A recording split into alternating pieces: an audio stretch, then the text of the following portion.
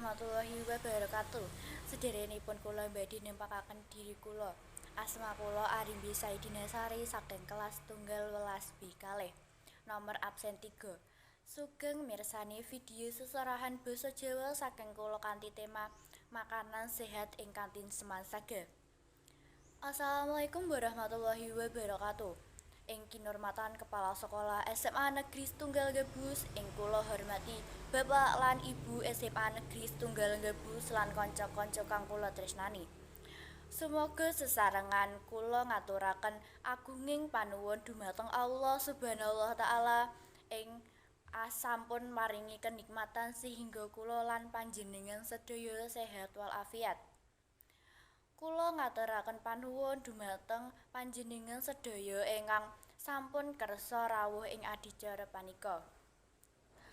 Kula jumeneng teng mriki ajeng maturaken babagan panganan sehat ing kantin Semansaga.